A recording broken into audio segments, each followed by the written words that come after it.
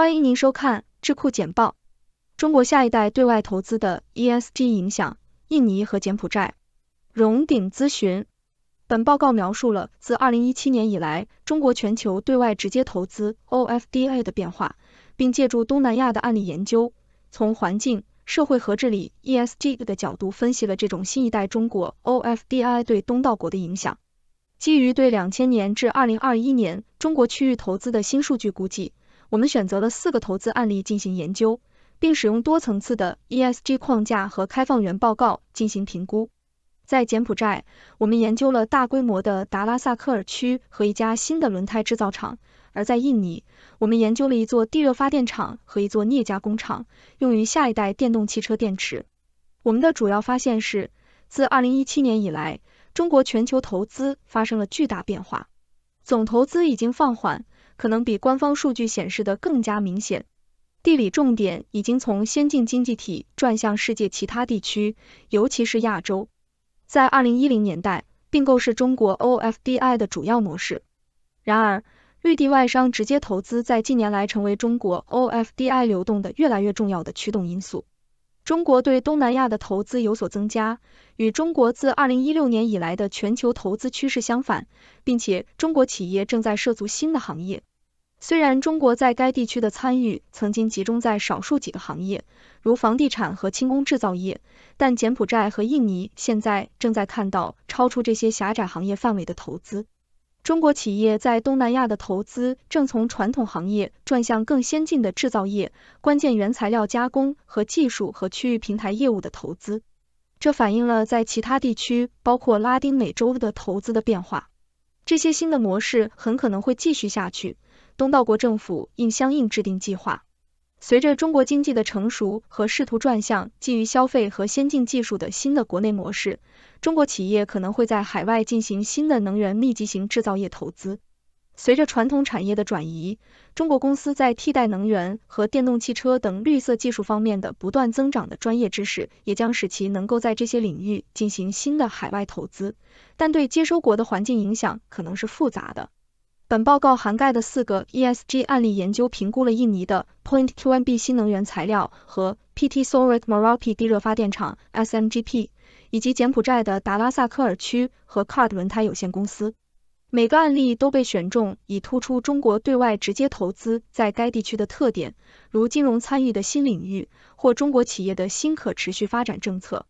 中国企业越来越关注 ESG 概念，制定 ESG 政策，并经常发布涵盖公司范围的 ESG 活动的报告。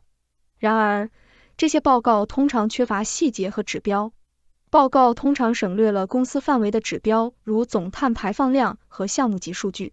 相反，公司更有可能报告企业社会责任 CSR 倡议，如对当地学校的捐赠。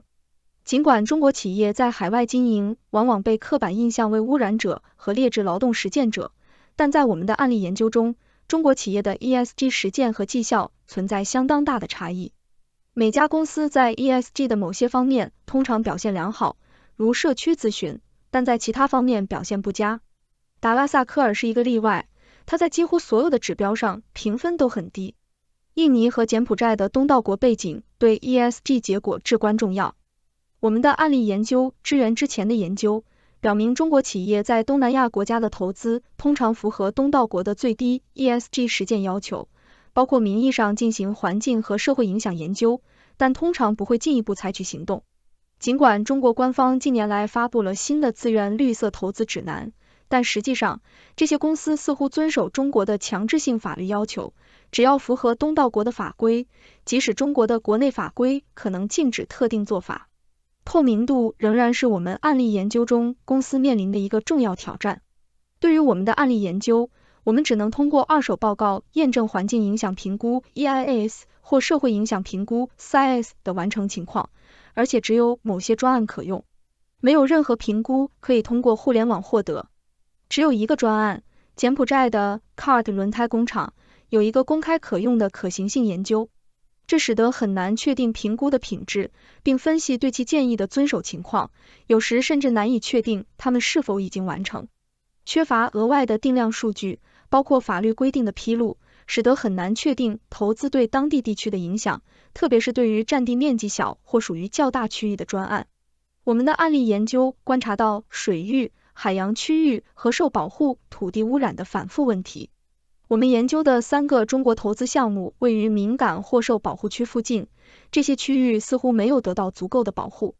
在达拉萨科尔的情况下，受保护土地的法律地位并没有阻止受保护区的开发。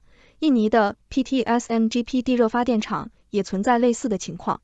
即使那些看似促进绿色工业实践或支援绿色技术的专案，如本报告中探讨的电池材料厂和地热发电站，也可能在专案层面上无法支援良好的 ESG 结果。本报告涵盖的电池材料加工和地热发电专案在一个或多个领域的环境表现都很差，凸显了绿色技术发展的潜在副产品和风险。中国和东道国可以采取更多措施来提高参与中国在印尼和柬埔寨的海外投资的所有参与者的能力。这些参与者包括可能负责实施影响评估、可行性研究和专案活动的顾问和承包商。他们还包括印尼和柬埔寨政府和监管机构，这些机构可能资源不足，缺乏明确的法律许可权或执法权利，或者在特定专案上受到政治干预或干涉的破坏。改善公司层面的披露，并包括有意义的定量和定性指标，对于改善 ESG 绩效和促进新的投资至关重要。如果中国政府能够明确界定标准并要求披露，而不是依靠自愿遵守，它很可能会改善海外 ESG 绩效。商业 ESG 数据供应商和公共政策研究人员对中国公司在海外活动的更全面报道，也将有助于促进透明度和提高公众问责性。引言：自2010年以来，中国的对外投资迅速增加，使中国成为世界上最大的外国直接投资来源之一。东南亚，中国现在是该地区最大的单一外国直接投资来源国，深受这一增长的影响。从2000年代初期开始的对低技能制造业和自然资源开采的投资逐渐演变，中国企业在该地区稳步扩大，建立了区域供应链、中国商品和服务的新市场，以及强大的金融和服务网络。与其他国家的对外直接投资一样，新的投资为东南亚东道国带来了机遇和风险。中国的投资有潜力推动经济发展和创新，但也可能对 ESG 结果带来挑战。甚至确定中国企业的投资在哪里也是一个重大的数据挑战，使我们难以了解东道国受到的影响。中国的对外投资正在迅速变化。中国经济优先事项的重大发展，从对绿色发展的新关注到对对外投资的更加限制性政策，正在改变中国企业在东南亚的投资地点和方式。虽然以前的投资集中在低技能制造业和资源领域，但最近在该地区的投资包括从替代能源和电动汽车到大数据分析和先进类造业的下一代技术。同时，一带一路倡议和区域全面经济伙伴关系协定促进了在多个背景下的关系。在这种转变背后，中国的新经济政策强调了除了简单经济回报之外的更广泛目标。如今，中国企业在新兴市场运营了几十年，越来越重视 ESG 考虑因素。从上至下，中国政府发布了新的绿色金融指南和政策，以促进外国投资的可持续性。而从下至上，随着 ESG 原则在全球市场中更深入的嵌入，中国企业对其全球影响和企业社会责任倡议的披露也越来越多。本报告在这些变化的背景下，研究了中国在印尼和柬埔寨的投资对 ESG 的影响。首先，我们利用官方数据和一种新颖的交易数据集，跟踪中国企业在这两个国家的投资情况，从2000年到2021年。我们回顾了中国在东南亚的投资模式，并讨论了追踪中国资金流向该地区的挑战。然后，我们回顾了当前的 ESG 状况，包括中国在这两个国家的可持续发展实践，并制定了一个评估中国海外投资 ESG 影响的框架。最后，我们将该框架应用于柬埔寨和印尼的4个最近的中国投资案例，评估中国企业在实践中如何应用 ESG 原则。B142中国对外直接投资的新时代。本节描述了中国全球投资轨迹的演变，并更详细地审视了中国在东南亚的 FDI 足迹，特别是在印尼和柬埔寨。我们的概述基于官方 FDI 数据以及一种新颖的交易数据集，以解决官方 FDI 统计数据中的空白问题。中国的全球对外直接投资。观众朋友好，欢迎来到本期思想先驱报。在今天的节目中，我们着重为您介绍2篇关注中国经济的分析文章。首先来看《经济学人》的封面报道，这篇文章的题目是习近平的失败模式，为什么中国经济无可救药？以下是文章主要内容。出了什么问题？自从1978年中国重新加入世界经济后，它成为历史上最引人注目的增长故事。农业改革、工业化和收入的增加使近8亿人摆脱了极度贫困。1980年时，中国经济规模仅为美国的1/10，现在已经接近美国的3/4。然而，在2022年底政府放弃零 COVID 政策后，中国经济并没有强劲复苏，反而一路跌宕。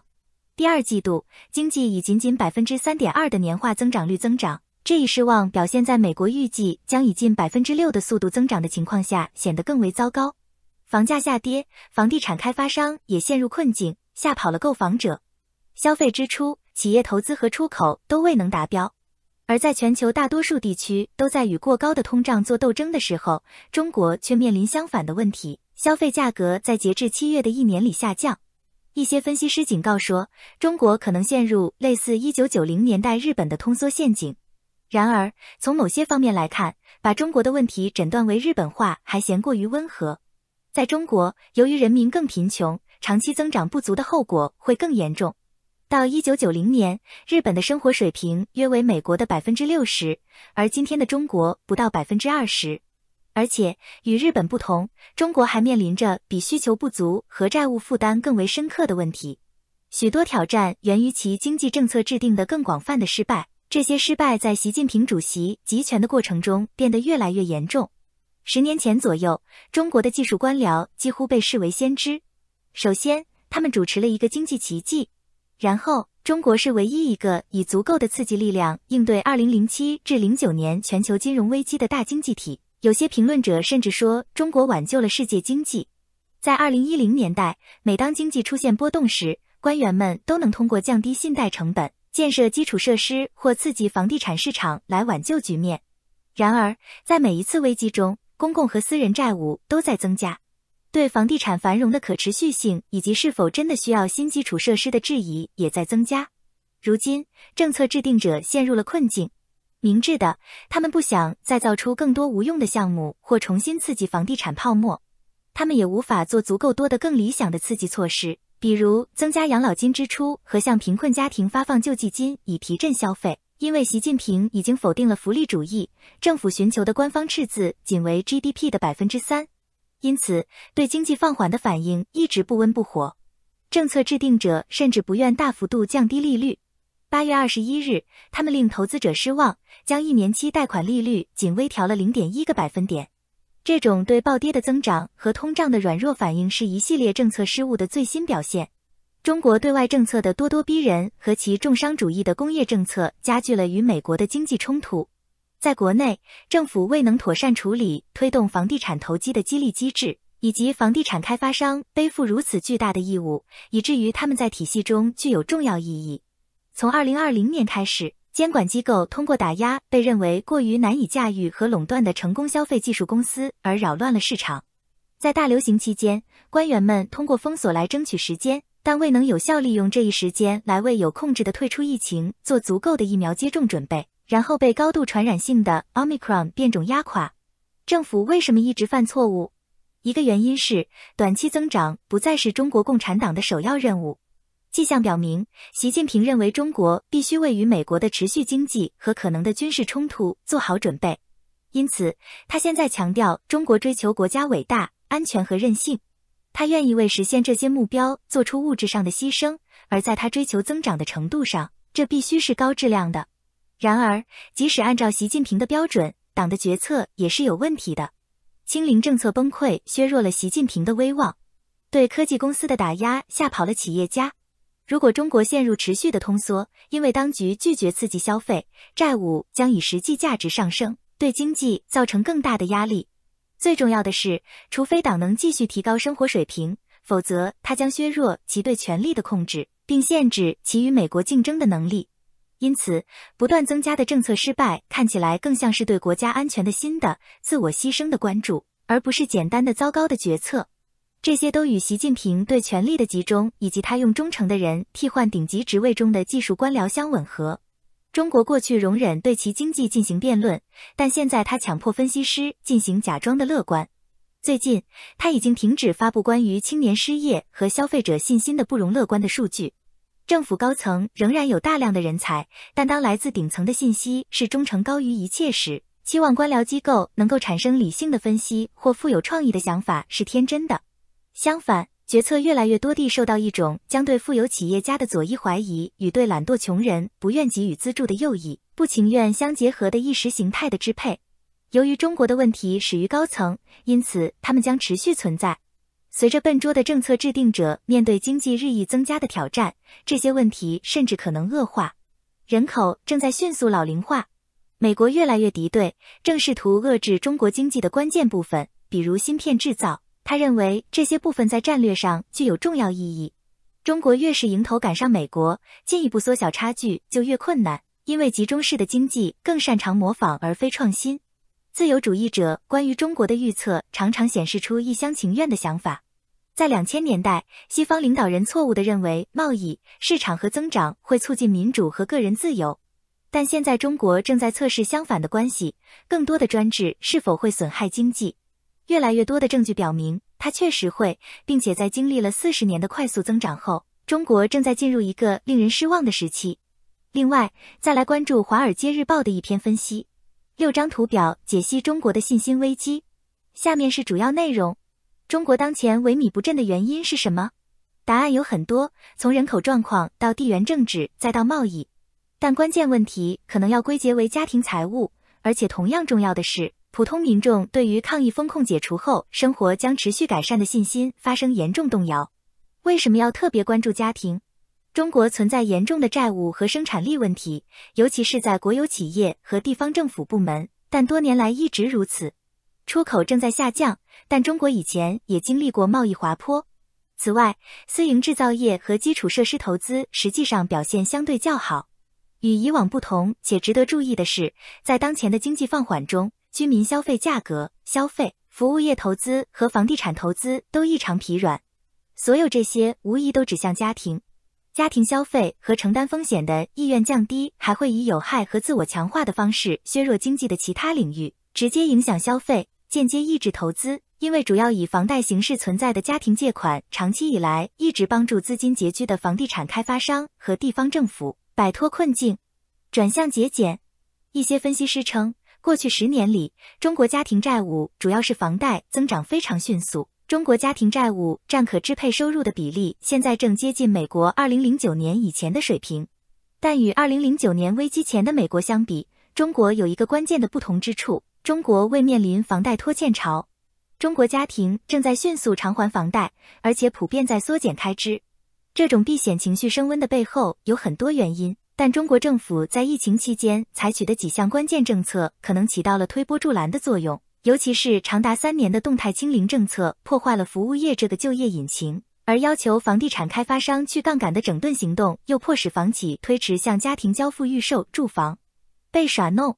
需要明白的关键一点是，中国家庭实际上是房地产开发商的庞大贷款人，而房地产是中国经济的一大支柱。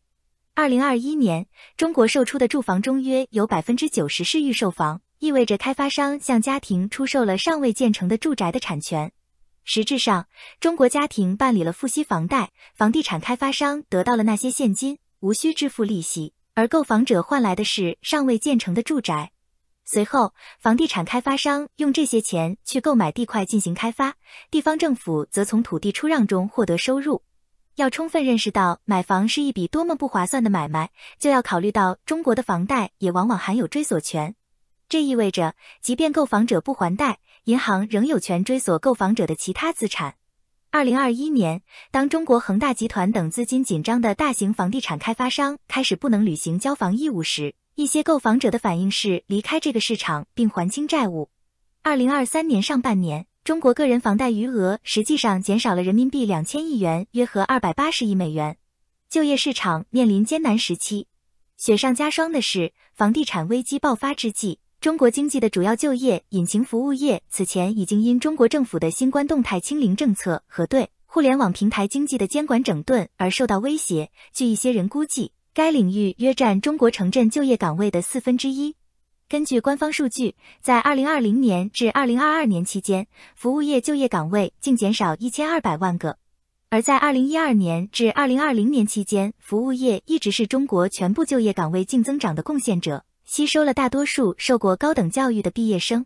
强劲的出口在一段时间之内掩盖了裂痕，但随着中国终于在2023年初重新开放，新冠疫情时期的出口热潮出现逆转。因此，进入2023年第2季度时，中国的服务业和建筑业元气大伤，制造业的一个引擎也面临停滞不前的威胁。就业市场一直难以持稳，数量创纪录的高校应届毕业生推动青年失业率超过 20%。这些应届毕业生中很多是在2021年和2022年逃离就业市场，选择接受更高程度的教育。信心危机，遭到重创的就业市场和房地产市场带来了普遍的悲观情绪，家庭储蓄远高于新冠疫情之前的水平，民众对进一步增加消费或购房深表怀疑。中国央行对城市银行储户进行的一项长期调查发现，第2季度约有 58% 的受访者表示倾向于增加储蓄存款，这略低于2022年12月的 62%， 但自2019年年中以来上升了近15个百分点。只有 24.5% 的人倾向于增加消费。储蓄存款的实际增长率也居高不下，根据研究咨询公司龙舟精讯数据，3个月的年化增长率超过 15%。相比之下，新冠疫情前的平均增长速度约为 10%。 打破恶性循环，中国经济仍在增长，有工作人士的收入也在增加。但是，只要中国仍然陷于开发商倒闭、房价下跌和家庭心态不稳的恶性循环中，或许就很难抑制经济的下滑态势。这有可能使悲观预期变得根深蒂固，进而导致储蓄增加，经济动能减弱。随着开发商和地方政府以及为其提供资金的银行难以填补家庭缩减开支给融资生态系统留下的缺口，还可能引发金融系统的更大问题。为了打破这一恶性循环，中央政府可能需要调整自身资产负债表，向家庭进行大额财政转移，或间接救助房地产开发商，并扭转一些以使外国投资者和部分国内企业家受到打击的激进监管措施。但目前仍不清楚中国政府是否会采取这些措施。首先，中国政府可能对大规模直接支出持谨慎态度，因为以地方政府债务形式存在的实际负债已然数额巨大。近年来，中国政府投入了大量政治资本，将住房投机、科技巨头影响力过大和依赖外国人的问题描绘成社会弊病。如果现在明确扭转做法，可能带来巨大的政治风险，因为这实际上意味着承认中央领导层的更多标志性政策已经失败。中国的问题到底是模式失败还是信心危机呢？请告诉我们您的看法。以上就是本期思想先驱报全部内容，谢谢您的观看。Today's event serves to launch the Scowcroft Center's newest Atlantic Council strategy paper, Global Strategy 2023, Winning the Tech Race with China, authored by Peter Engelke and Emily Weinstein, and published in partnership with the Global China Hub. Since the end of World War II, the United States has been the world's technology leader. This innovation edge has provided the United States with substantial geopolitical, economic, and military advantages for decades. As we enter a contested era of strategic competition, however, the Chinese Communist Party has made controlling the commanding heights of 21st century technology a top priority, and it may already enjoy an edge over the United States and its democratic allies in several key technology areas. As the world faces mounting geopolitical challenges, the stakes of the new tech race could not be greater for defending the U.S.-led rules-based system that we've enjoyed for the past several decades. This report seeks to address a central key question: how can the United States and its allies and partners maintain their innovation edge?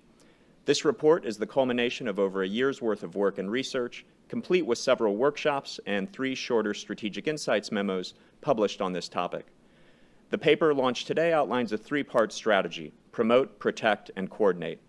First, the United States and its allies and partners need to promote their own vast innovation ecosystem, establishing cohesion between the public and private sectors, as well as expansion of the country's research and development capabilities in order to catch up to our greatest competitors. Second, they need to protect and defend the country's science and technology knowledge and capabilities from malign actors through the use of trade controls, sanctions, investment screenings, and a vast array of other policy tools. Third and finally, they need to coordinate, building and sustaining relationships with other countries in and around the tech strategy and policy space. Convenings like this are central to the Scowcroft Center's mission of developing sustainable, nonpartisan strategies to address the most important security challenges facing the United States and its allies and partners. The Center honors General Brent Scowcroft's legacy of service and embodies his ethos of nonpartisan commitment to the cause of security, support for U.S. leadership and cooperation with allies and partners, and dedication to the mentorship of the next generation of leaders.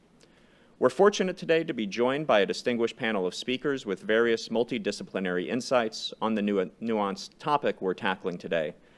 Today we're joined by Charles Barnett, Vice President, China and Transformational Exports Programs from the Export-Import Bank of the United States, Brendan Groves, Vice President of Regulatory and Policy Affairs from Skydio, Emily Weinstein, non-resident Senior Fellow with the Global China Hub here at the Atlantic Council, and a Research Fellow with the Georgetown University Center for Security and Emerging Technology, Helen Zhang, Co-Founder, Intrigue Media, and today's panel will be moderated by Kate Marino, Business Editor at Axios. To follow the conversation online, please be sure to follow our Scowcroft Center on Twitter at AC Scowcroft. To read the full report and the strategic insights memos that preceded it, be sure to check out the Scowcroft Strategy Initiative webpage on the Atlantic Council website. So thank you again very much for joining, and now I'd like to introduce one of the co-authors of the report, Dr. Peter Engelke, to provide framing remarks and an overview of the report. So Peter, the floor is yours.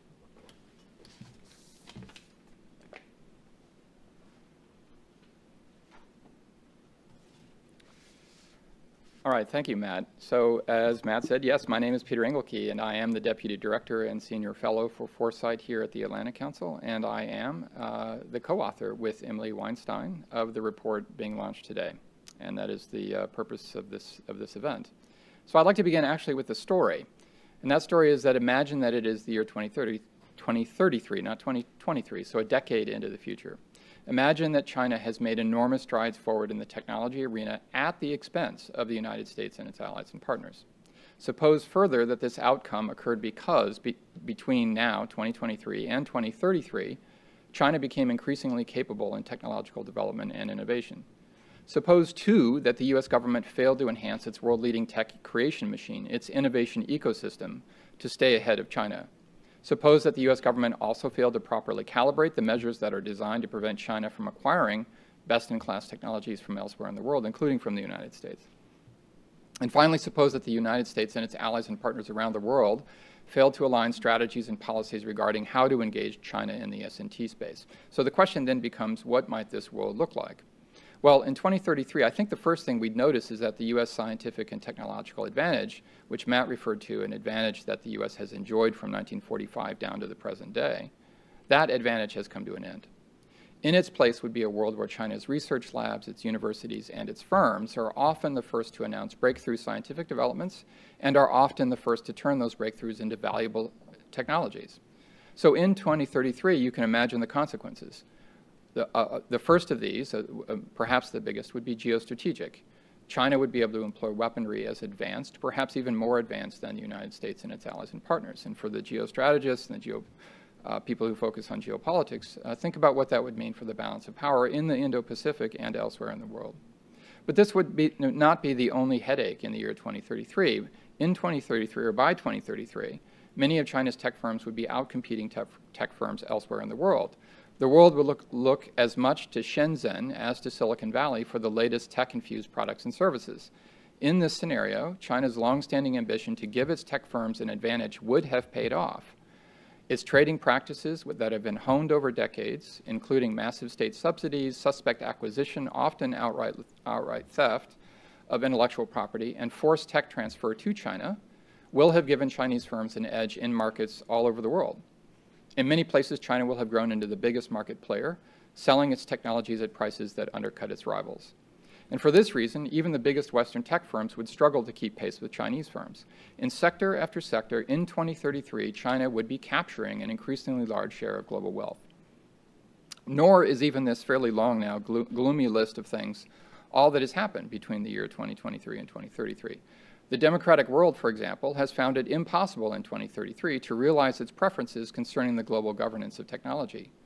Collaboration between China on the one hand and Western states on the other used to be a pillar of global science.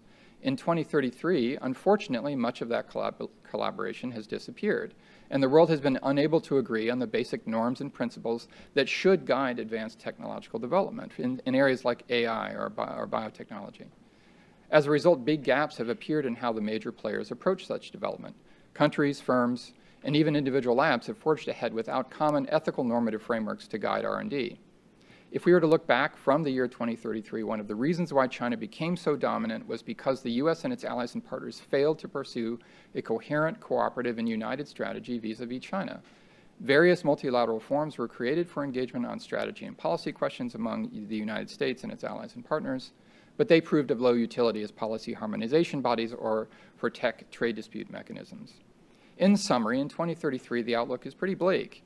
China's S&T capabilities are outstripping its adversaries and competitors across many or even most areas. And of course, there are enormous consequences across geopolitics, economic society, politics, and governance.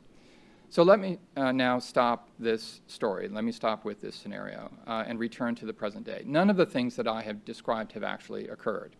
But the scenario that I have just described also is a very plausible one, in that China might become the world's clear S&T leaders by the 2030s. If that were to happen, there would be profound consequences, only some of which I've described. And this is the major reason why we at the Atlantic Council Scowcroft Center and the Global China Hub conducted this year-long effort. We did so because we wanted to ask some really big questions about this technology competition between the U.S. and China, what we've called a tech race between the U.S. and its allies and partners on the one hand, and China on the other hand. This race is exceedingly complex. It is multifaceted and even at times contradictory, which is why it's so difficult to get your arms around. Until recently, the U.S. was the undisputed leader in the development of breakthrough technologies and in the innovation and commercial scaling of emerging and existing technologies. And until very recently, and I emphasize very recently, China was a laggard in both of those things, in science and in innovation.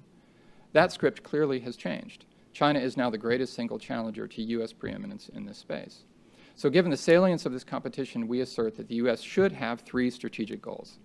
The first is to preserve advantage in technological development and innovation relative to China. The second is to harmonize U.S. strategy and policy with those of our allies and partners while gaining favor with non-aligned states.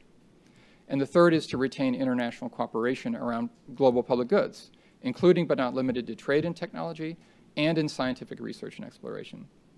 To achieve these strategic goals, we argue that the U.S. should pursue a three-pronged strategy, what Matt referred to in his opening remarks, sometimes called promote, protect, and coordinate. We should promote technologically based innovation here in the United States. We need to do a number of things to ensure that our innovation ecosystem is doing better than it is even now. We need to protect strategically valuable S&T know-how, processes, machines, and technologies. And we need to coordinate closely with allies and partners. So let me go to the promotion side. On the promotion side, the U.S. government, in partnership with state and local governments, the private sector, and academia, will need to reposition and recalibrate its policies and investments to build out and strengthen its innovation ecosystem. On the protect side, the U.S. government needs to smartly deploy its range of tools, including trade controls, sanctions, investment screening, and more, to protect the most sensitive S&T knowledge and capabilities. And on the coordination side, which we might call tech diplomacy, the U.S. needs to ensure that its strategies and policies positively influence as many allies, partners, and even non-aligned states as possible, while continuing to engage with China. The difficulty, of course, as you can imagine, lies in squaring the many interests and priorities of the United States with those of its allies and partners, with those of non-aligned states, and even with those of China itself. Now, no strategy is without risk, and ours presents a couple of major sets of risks in pursuing a strategy that we map out. One risk is overreach from decoupling, sometimes called decoupling, often called decoupling, I should say, to preserve geopolitical advantages, which often contradicts economic interests, including our own economic interests and those of our allies and partners. And we're seeing that being played out in the news all the time. A second risk is the harm that this competition might inflict on global public goods provision, including a failure to continue cooperation surrounding S&T research. That's important because international S&T cooperation is critical for solving global problems, for example, climate change. In a final section to our report, which I hope obviously all of you will read, we offer 10 recommendations to policymakers as follows. First, to restore and sustain public R&D funding for scientific and technological advancement in the United States. Second, improve and sustain STEM education and skills training in the United States. Third, craft a more diverse and inclusive tech sector. Fourth, attract and retain highly skilled talent from abroad. Fifth, support whole of government tech strategy development. Sixth, ensure private sector firms remain at the cutting edge of global competitiveness. There's a suite of policies that are relevant in that one recommendation. Seventh, improve S&T intelligence and counterintelligence vis-a-vis China. Eighth, ensure calibrated development and application of punitive measures. Ninth, build out and sustain robust multilateral institutions that are focused on this tech race. 10th, engage with China as it cannot be avoided. Now, that last recommendation is important. The tech race with China is not now, and hopefully never will become, a zero-sum competition. The United States, our allies and partners, non-aligned states, and China all have much to gain from trade and exchange in scientific and technological knowledge, goods, and services. But they also have much to lose, and we have to remember that. So having said that, I'd like now to turn to introduce Kate Marino, who is the business editor at Axios and the moderator of our panel for the next part of our event. Thank you very much.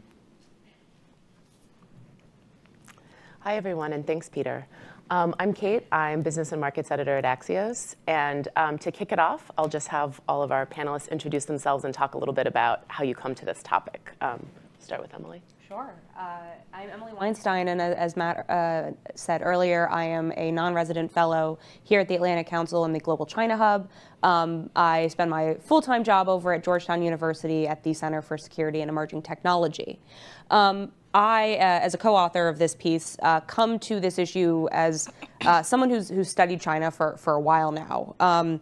I started my career, I should say, as someone who wanted to bring the U.S. and China together.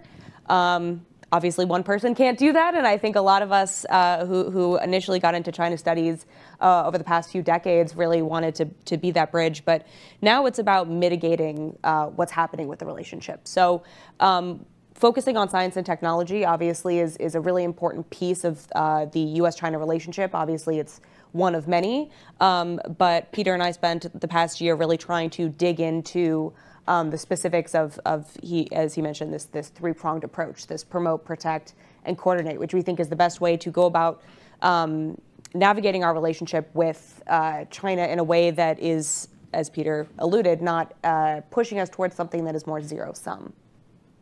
Thanks. Brendan? Morning, everyone. I'm Brendan. I lead global policy and regulatory at Skydio. We're the largest U.S. domestic drone manufacturer and AI company at our core. We also wake up every day in the trenches of tech competition with China for reasons we'll discuss later. So I approach this problem set both with my private sector hat on, but also with my former government hat on as well. I most recently served as Associate Deputy Attorney General at the Justice Department for National Security, where I oversaw this line of work across the department, both the use of, especially the use of protect tools that involved export controls, counterintelligence operations to identify the threat and take actions accordingly, hopefully in a way that was harmonized across the government and with our allies and partners. So thanks again for having me today. Charles? Thanks. My name's Charles Barnett, and I work on Exim Bank's China and Transformational Exports Program team. And for those of you who don't know what Exim is, it's the U.S. government's export credit agency, and we provide financing for U.S. goods being sold abroad. The team I work on came about with our 2019 reauthorization, and the purpose, it's a congressional mandate that was given to Exim, and the mandate said to Exim, one, it's a two-part mandate to help U.S. companies who are competing with Chinese companies abroad to be more effective, and secondly, to focus on transformational export areas, some of which we'll talk about a little bit today.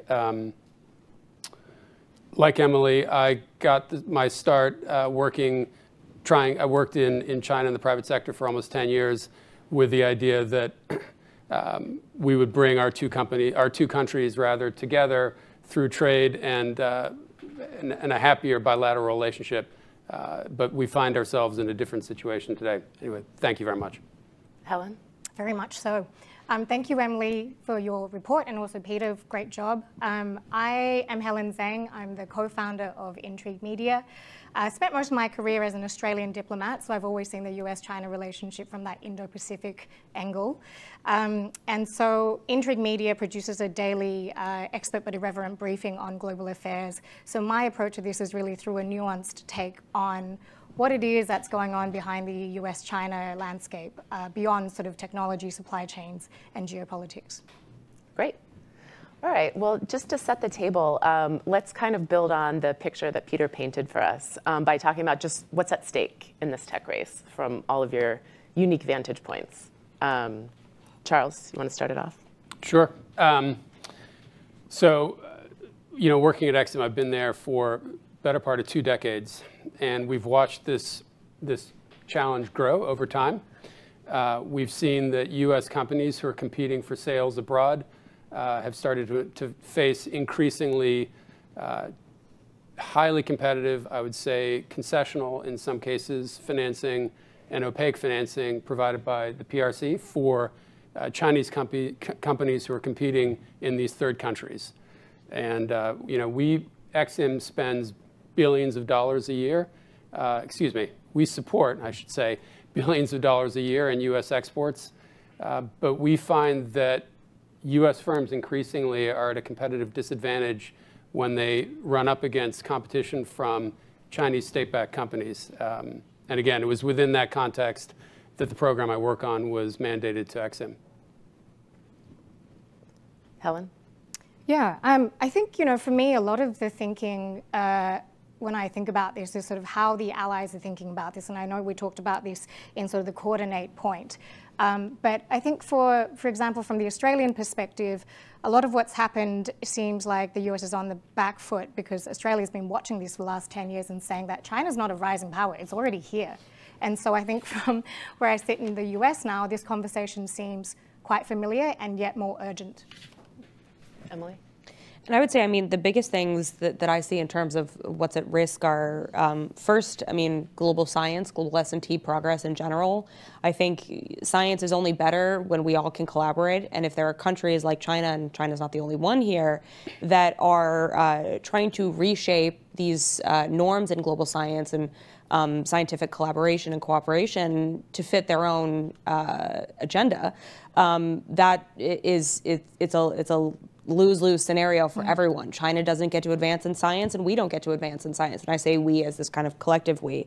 I think the other thing, too, briefly, just to mention, is this idea of first-mover advantage in emerging technologies. I don't want to put too much emphasis just on emerging technologies. I think, for instance, everyone's talking about semiconductors. Semiconductors are not necessarily an emerging technology, but with emerging technologies like AI and quantum and some things in the biotechnology field as well, first mover advantage has both obviously a military connotation. When we think about quantum encryption, whoever gets there first really gets to set the stage. But first mover advantage from the economic side, I think we're seeing with the conversations around AI right now, can have massive implications, I think, for companies, for education, for all aspects of society. And I think whoever is getting there first and is able to control the playing field is going to really be able to change the trajectory of how we use these technologies globally. Okay, may I just add something to that idea?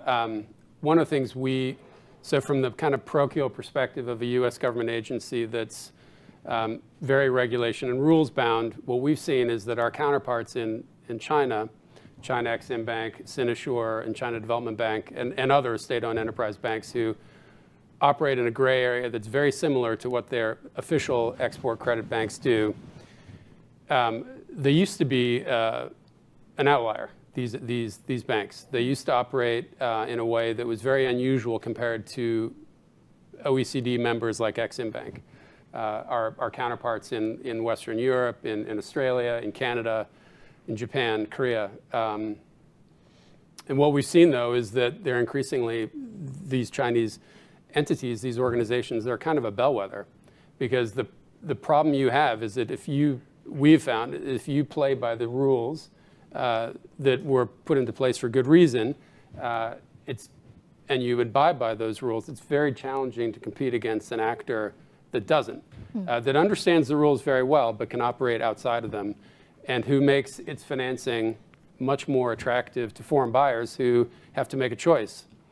Do they go with the ESG compliant, technically more competent model when they're doing a new project, or do they go with the quick money without the strings attached to that quick money being immediately apparent to them?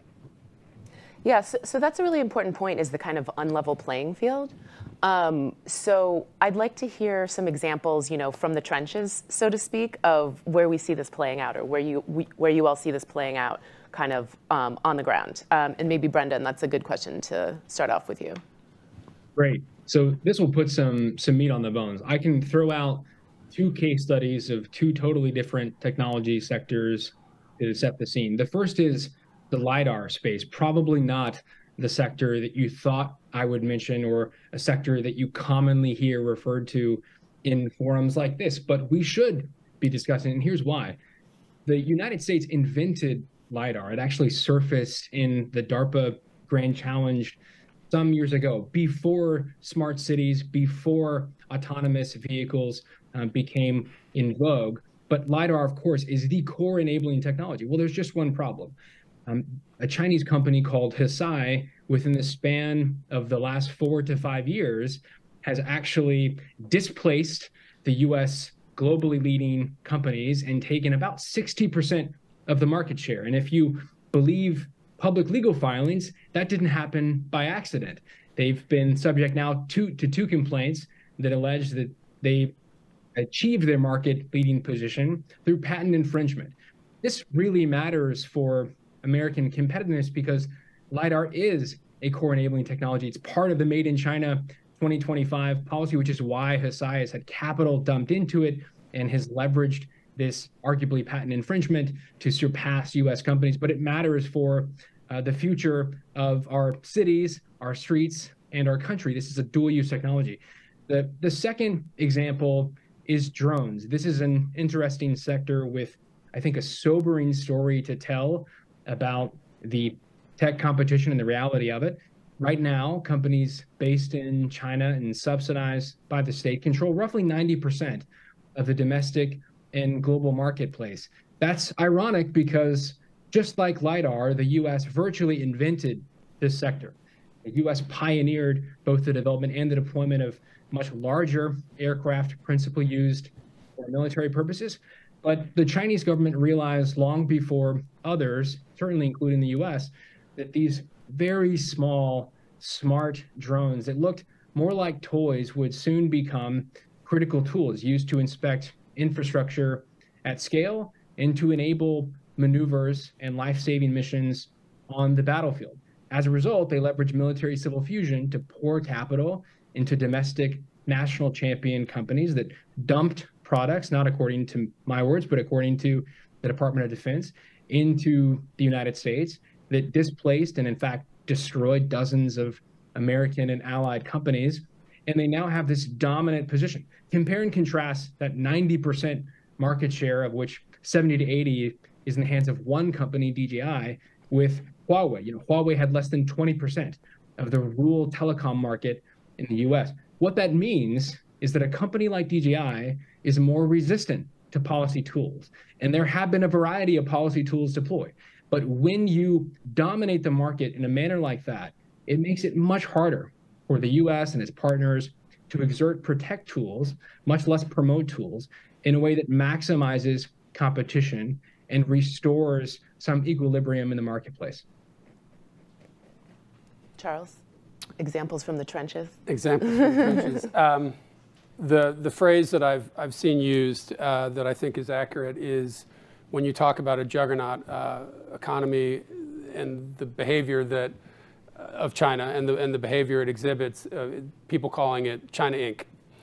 And I've sort of 2 examples to sort of lean on, or that speak to, Brendan, what you were mentioning.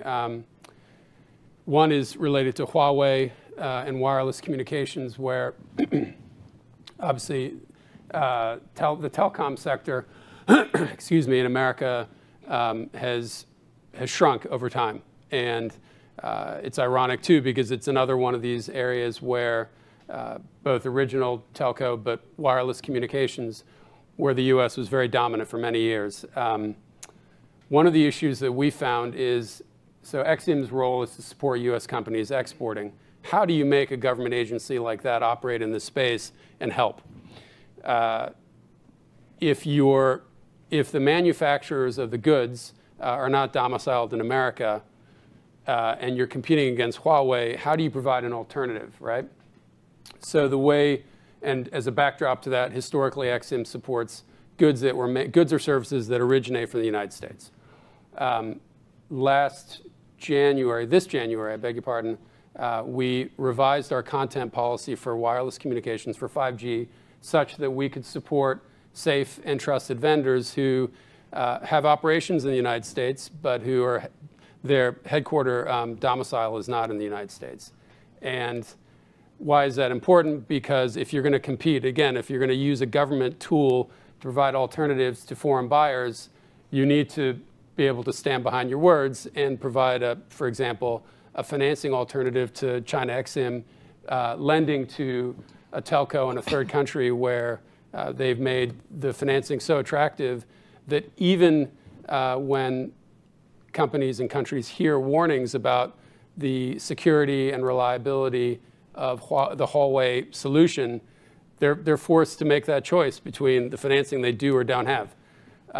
So in a specific example in May of this year, we approved a $300 million preliminary commitment for Costa Rican telco company for its purchase of telco equipment so long as there was a U.S. export nexus of some kind.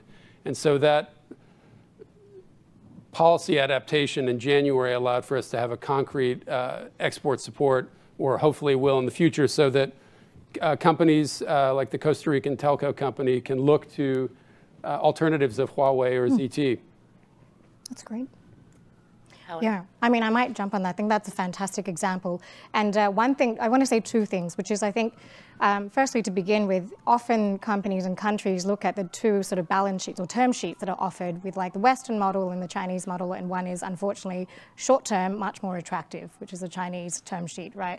But I want to say two good things, which is that, firstly, last year at the International Telecommunications Union, ITU, it's a bit of a mouthful to say, there was a good news story coming out of that because the US candidate actually won for the first time, and I think that was really important in setting international standards for telecommunications as well as S&T. Secondly, I want to mention the Quad, which is, I think, something that, you know, Australia is involved in, Japan, India, and the US.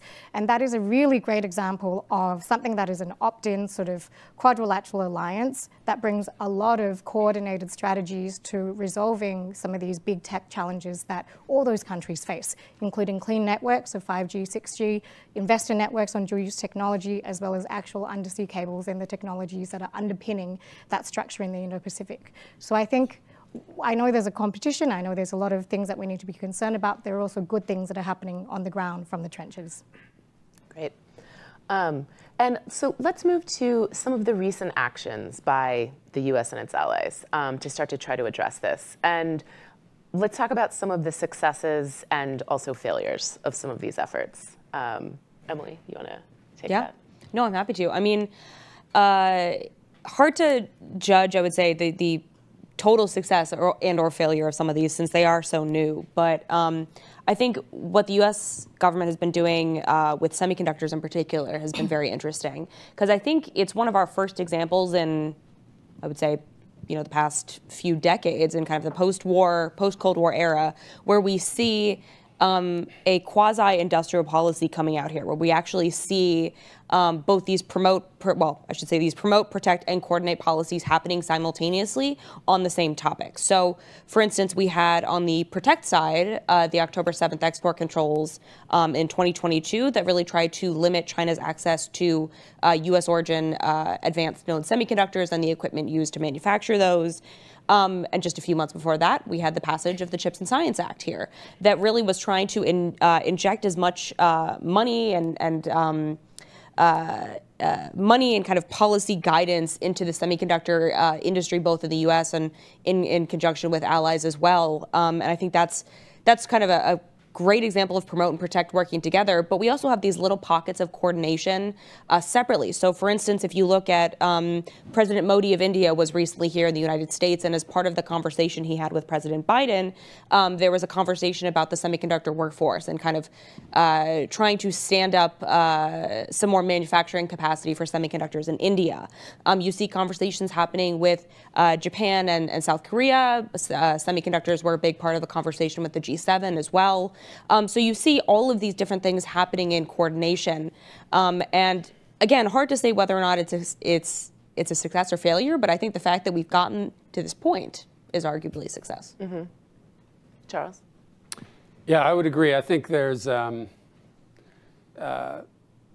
overwhelming response from, I can give you a couple of big and small examples, but I would say before I do, just an exuberant and very enthusiastic response on the part of our government and governments all over the world. You know, I was thinking about there's a U.S.-Australian compact for clean energy and climate change that was just signed a few weeks ago with a push towards a lot of what I do, which is critical minerals feeding into the battery supply chain. So that's sort of a bigger bilateral, obviously the IRA, the Inflation Reduction Act, the IPEF as well in the region for trade, that's very important. Yeah, there's a partnership for global infrastructure and investment that it's a G7 kind of response to basically the BRI and an attempt to find ways to support projects in a way that meet sort of more transparent financing and funding standards within more parochial or more within a smaller example. At Exim, we created something called, it came out of the 100-day supply chain analysis in the first year of this Biden-Harris administration, Make More in America initiative, which was set up to complement other agencies. What is it called again? Make More American? It's a mouthful as well. Okay. Make More in America. Oh, Make More in America. MMIA. Put that on a T-shirt. Yeah. We're entering acronym territory. Yeah. I'll try to refrain from doing too much of the acronyms. It's an attempt to, and complement other government programs like the DOE's, Department of Energy's Loan Programs Office, where there's a need for financing in battery supply chain, in pharma, in semiconductors, but we've unsuccessfully reshored those jobs. And for Exim to do what we normally do overseas, but here domestically, which is to finance larger projects, infrastructure, greenfield projects, where there needs to be a brand new build out and an actual project financing, which we've never done before. So just to step back again for a moment, I would say, again, a lot of enthusiasm. Is there a need for more coordination? Absolutely, but I think it's a good start. Okay, so let's dig in on industrial policy for a second, and then we'll talk about the cooperation and coordination topic, which is also big. But Emily mentioned industrial policy, and that was once kind of a dirty word in Washington, but it's gained some level of bipartisan acceptance lately. Are there tensions between calls for action and the U.S.'s kind of historical stance of staying out, at least somewhat staying out of the private sector? And how can the U.S. responsibly promote technological leadership while avoiding PRC-style, top-down, prescriptive planning? Brendan? It's a great question, and one that's highly pertinent to policymakers in both parties now. When people think about capital I industrial policy, I think they immediately conceive of heavy-handed supply-side measures designed to promote and even protect domestic manufacturers. And these are the kinds of policies that do raise natural tensions with the free markets and natural tensions, in fact, with our allies and partners around the world. But there is another way. Supply-side measures are not the only way to go about promoting American competitiveness in a responsible manner. There are also demand-side measures. This is maybe an underutilized tool that has a lot of promise if wielded well. And by demand side measures, I mean measures designed to support not manufacturers, but end users. And those take a couple of forms. They could take the form of tax credits. The EV tax credit is arguably an example of demand side measures. They can take the form of tailored federal grants for end users. And there are a couple of features of these demand side programs that commend them. One is that they maximize public choice naturally, right? The market is doing the choosing. Now, maybe the market is directed by the grant program that thou shalt choose a product or service manufactured and engineered in the United States, but the market ultimately is still doing the choosing from one of among a number of options. And the second is that demand side measures can clearly signal to private investors the market opportunity. And that has the effect of enabling a 2-for-1 special. So for a relatively low level of government investment, you can force multiply that, with oftentimes a far larger investment on the part of the private sector that sees the opportunity and doubles down on it, thereby amplifying, limited public dollars to serve a larger public and private purpose. So I do think it's important to disaggregate industrial policy, to break it down and to understand that there are some smarter, more nimble, more agile ways to achieve American competitiveness without necessarily trampling on free market principles. And Charles, from the government perspective, how do you think about industrial policy and interventions? I think I tend to agree with Brendan. I think and I agree with the way you framed it in your question, which is tensions do exist. The struggle is real, for sure. And I think those tensions are fine. I think before we embark on changing how we operate, it's probably a good idea to listen to the skeptics and to listen to those people who question, why an industrial policy for this or for that, whether it's supply or demand pull or whatever it might be. I heard a great interview with Greg Ip on public radio a few months ago, in which he described the CHIPS Act, and he was actually very supportive of the CHIPS Act, and he had some thoughts about it as well. I mean, he for one thing, he said the reason that the moonshot, the Kennedy moonshot, or the vaccine programs have been successful is often because they were not prescriptive. They're broad policy measures that encouraged achieving an end goal that was clear and definable. I would say that the other idea is the U.S. government should always be careful when it's setting policies not to choose winners and losers. I think the comment Ip made about the CHIPS Act, I think, is relevant to that as well. Basically, the funding that goes into this act will probably, it won't encourage bad companies to make bad decisions. The semiconductor manufacturers are very well established companies. They just don't make they don't make the stuff here anymore. And so if the CHIPS Act encouraged them to reshore here, and they have to make an economic business decision, but it's worth their while to reshore here, then I think it's a successful policy. It's done its job. What happens in the future, that's another policymaker's decision. And Emily, how do you look at this tension? And have your views changed or kind of evolved over the year of working on this project? No, it's been fun to watch, and I will say of all of the years to do a project like this, this one has definitely kept us on our toes, which again has been exciting to say the least. But I think one of the things that's really interesting to watch is on both sides of the aisle in Congress. You see everyone kind of grappling with where to take some of these policy directions, and you see certain sides of both the Republican and Democratic parties going in directions that may have seemed contrary to their own party. For instance, I mean, the Republican side, and it's, outbound investment, I think the conversations around an outbound investment screening regime are relatively bipartisan now. I know the Biden administration has been working on an executive order, and we've been waiting for that imminent executive order for, I think, 8 months now. But for instance, one of the strongest advocates for an outbound investment screening regime has been Senator Cornyn, a Republican from Texas. If you think about, the idea of a Republican calling for, something to restrict investment, and it's a very weird thing to see.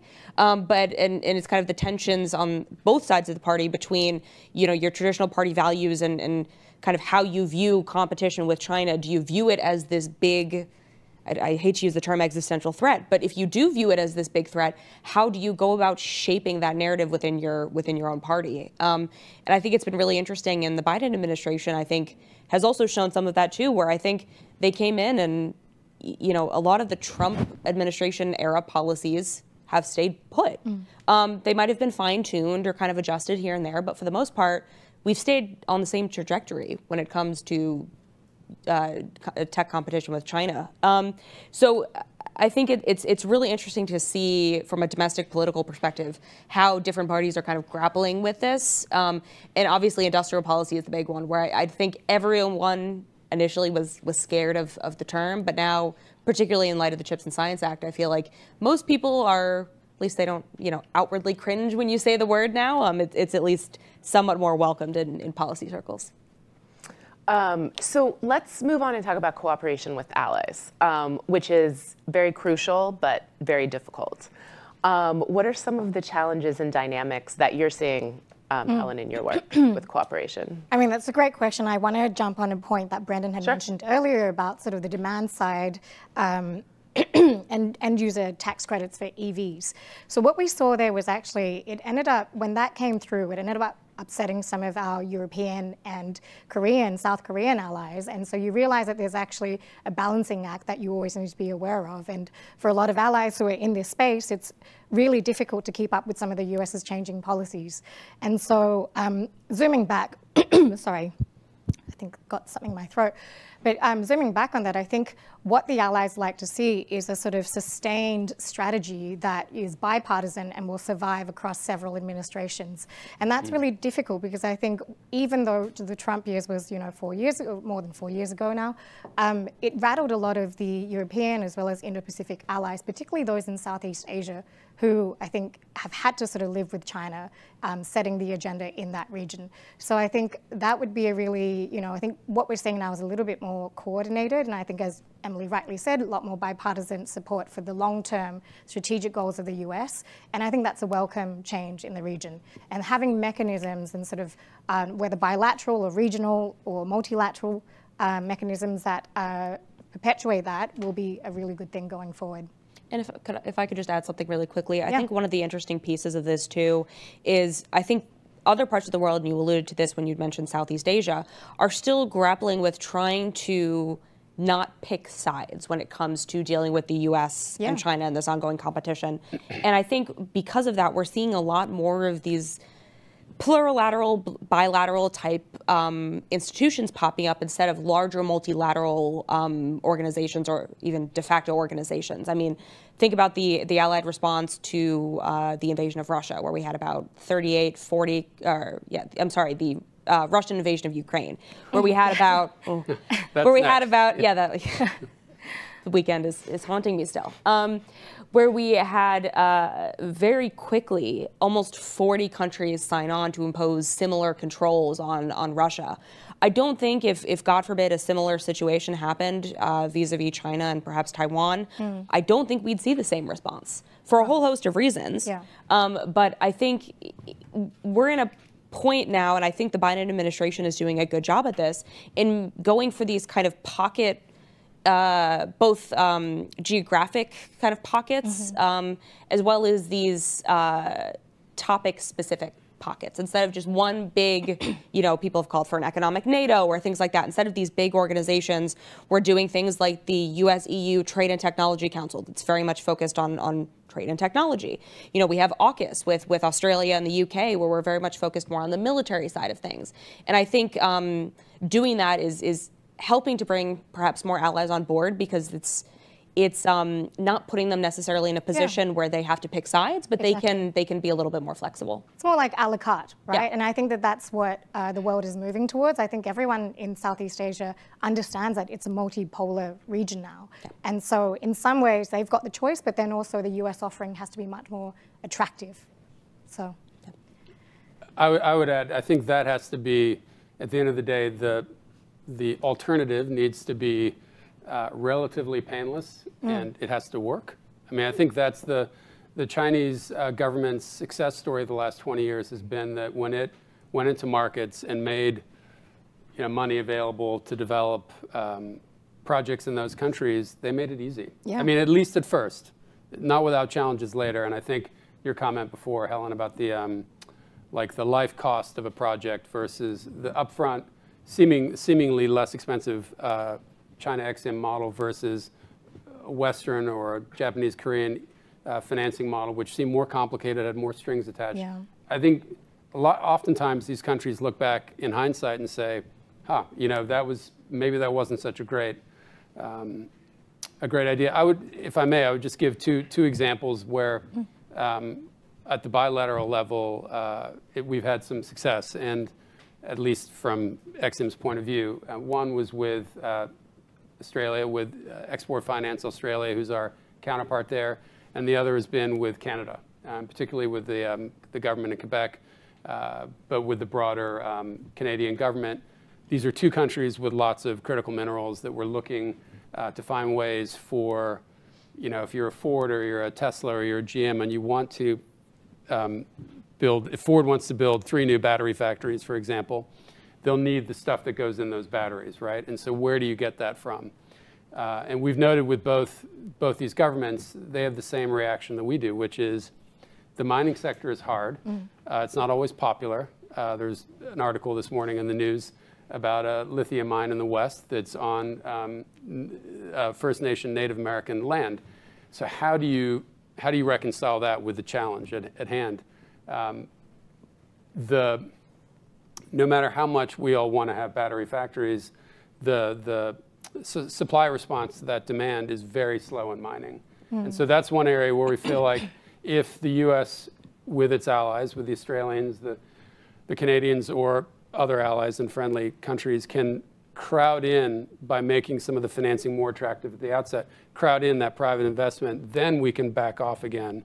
And then the mines will be successful, hopefully, and support this battery supply chain. I mean, so I think there is hope.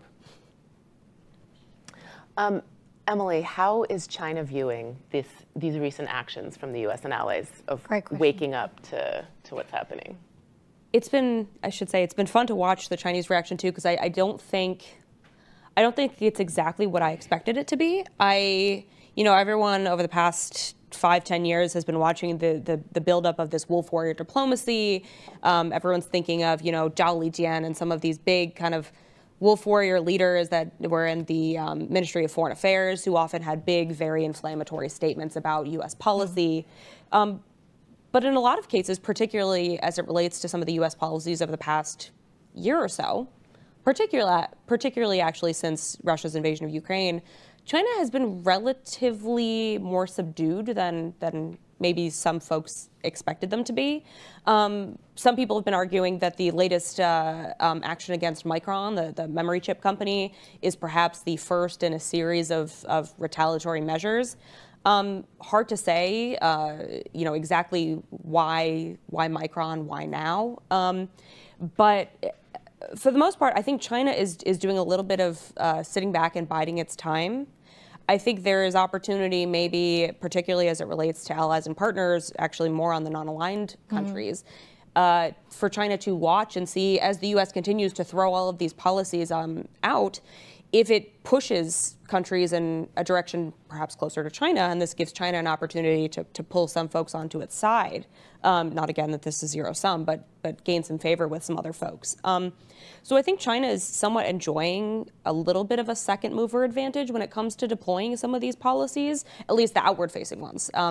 Within China, I mean, there's a lot of efforts to, improve basic science, do these things that they've been doing for a long time.